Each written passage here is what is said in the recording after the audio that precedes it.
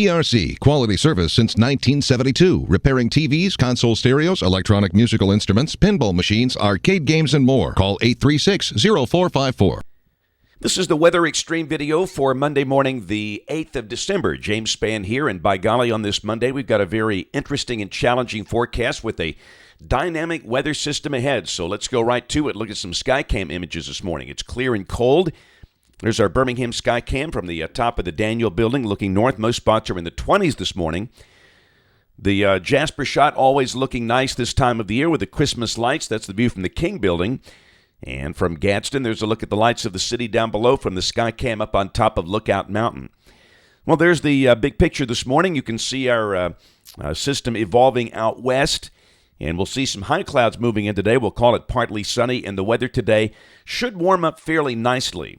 Temperatures this morning are cold. We are below freezing here, but we note readings are in the 50s out there, and that southerly flow across Texas and Oklahoma, and we'll see a nice southerly wind flow kick in today. So we think highs will hit the upper 50s. Now, that's still below average for this time of the year, but at least it's better than over the weekend where it was so cold. And tomorrow, a good chance we see 60s. Now, rain, a good thing, and we're going to get it this week. This is the expected rain valid through Friday evening, and it's going to be a big rain event. This thing is suggesting rainfall amounts across Alabama anywhere from 2 to 4 inches, with the heavier totals southeast of Birmingham.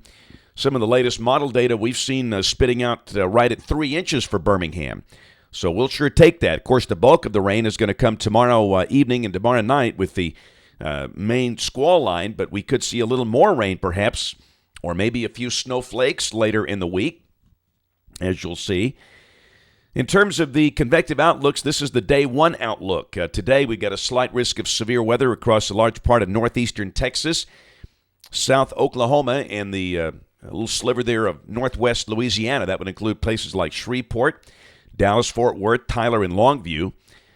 And then tomorrow, there is a slight risk across all of Louisiana, the southern half of Mississippi, and into the extreme southwestern corner of Alabama. And the big question, of course, will we have a risk of severe weather tomorrow night with the squall line?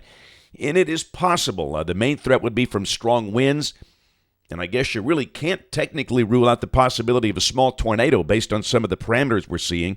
Of course, as always this time of the year, the instability is greatly lacking. With this dry continental air over the eastern U.S. and the Gulf of Mexico, can you get those higher dew points up in here? We'll see. Now, let's take a look at modeling, and I'll tell you right now, we are dealing with model madness to some degree. We'll talk you through it. This is today at noon off the 06ZGFS. And you can see the trough developing off to the west. Down below that at the surface, we have a southerly flow today. And again, we'll call it partly sunny with a high in the upper 50s. And we note the surface low with the new storm is developing on the lee of the Rockies. And that could set the stage for some thunderstorms out there across northeastern Texas.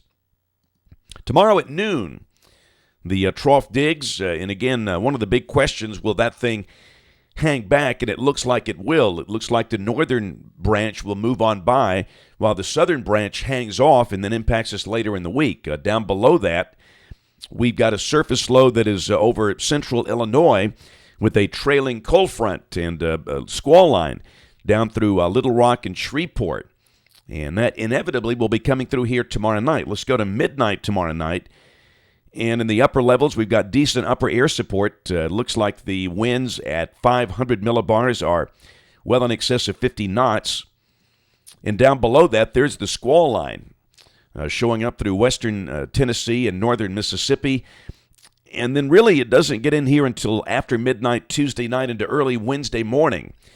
And the one good thing about this, of course, typically in the pre-dawn hours, the air becomes more stable. And since we're dealing with limited instability anyway, maybe that will prevent a big severe weather problem. But having said that, considering the dynamics, even with a low-top squall line with no thunder and no lightning, we could see some strong winds with that. Maybe winds gusting to 40, 50 miles per hour or greater. So looks like we could be burning the midnight oil tomorrow night for the potential for a squall line. And then at noon Wednesday, it's still wet. But, of course, at that point, the stronger storms are down to the south, and the rain should be tapering off at that point. Now, let's look at some of the severe weather parameters. This is valid Wednesday morning at 6 o'clock. And this shows a little bit of instability, surface-based instability, all the way up to Gadsden, with the capes around 250. And then you get down there into southwest Alabama, the capes are over 1,000. So, there's definitely some surface-based instability there, which is one concern. And the helicity values are pretty high. Now, the helicity values are higher to the northeast, over northeast Alabama, where they are in excess of 350 joules. But certainly we'll have to keep an eye on any potential little rotating item we see within the squall line. But again, I don't think it's going to be a big tornado problem. I think the main problem will be from strong straight-line winds. Now, we'll go to Thursday. And yeah, you see what's happening here. That little trailing piece comes across as an upper air low on this run of the GFS around New Orleans at midday Thursday. And that shows a surface low down there in South Alabama. And we have seen some runs that hint it might be cold enough for a few snowflakes with that feature. In fact, let me just show you what the OZ run looks like. This is the OZ run valid for Thursday morning. That's the upper levels, and down at the surface, the 540 circle is right over us with that cold core upper low feature. And all the snow lovers are going to see that and probably freak out, but understand the confidence in that solution is awfully small. I think what we'll mention is a chance of maybe flurries or light snow Wednesday night and Thursday morning and not hit it really hard.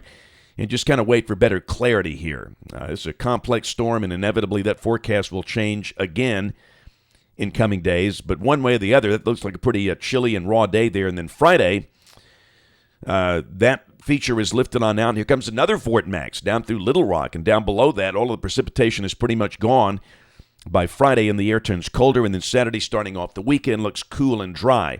Nothing extremely cold, and then Sunday of next week looks dry as well. So we're fairly confident the weekend ahead will be dry. And then after that, we'll take a look at the end of the forecast. I'm sorry, the 18th. Let's go out to the 18th, December the 18th. Wanted to show you one mid-range map here. Interesting contrast here between a warm 588 ridge over the Gulf and the westerlies to the north. And inevitably, there's going to be a stall front somewhere in there, and it shows up just northwest of here with very cold air to the north and warm air to the south. And again, the confidence out here is not that good, but that looks like maybe a tug of war developing. And then out there at the end of the cycle, on the 23rd, Christmas Eve, well, kind of an eastern trough is back. And while, no really polar air deep plunge gets in here, that suggests it could be colder around Christmas. And again, looking at the North Atlantic Oscillation chart down there at the bottom, you can see how, it wants to go positive, but it's only a little blip. It kind of goes neutral again out there toward Christmas. So that's been the trend really for the past several months. Any trend toward a positive NAO doesn't last long. And for those of you not familiar with that, a positive NAO favors a warmer pattern here with the colder air out west. The negative NAO is when you can get some very cold air down and through here. So that's it for a busy Monday morning Weather Extreme video today. We want you to watch these this week as we go along, because inevitably we'll see some changes, and it's pretty interesting forecast. So the next one will be here by 3:30 today. We invite you to watch us on television this evening, ABC 3340 News at 5, 6, and 10. And, of course, the blog will be updated often. That's AlabamaWX.com if you're watching this on YouTube or iTunes. Thanks for watching. Have a wonderful Monday, and God bless.